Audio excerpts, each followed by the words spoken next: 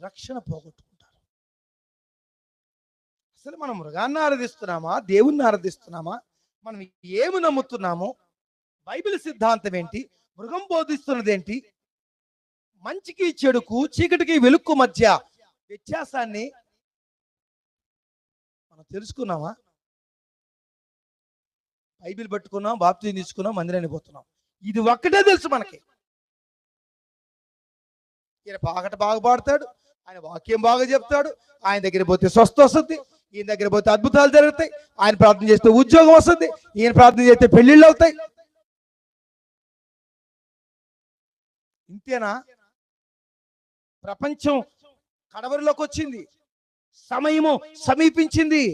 ఈ ప్రవచన వాక్యాలు చదువుకొని దీంట్లో ఉన్న అర్థాన్ని గ్రహించి ఈ సారాంశాన్ని అనుసరించి నడవమని దేవుని వాక్యం స్పష్టంగా మనతో మాట్లాడుతుంది.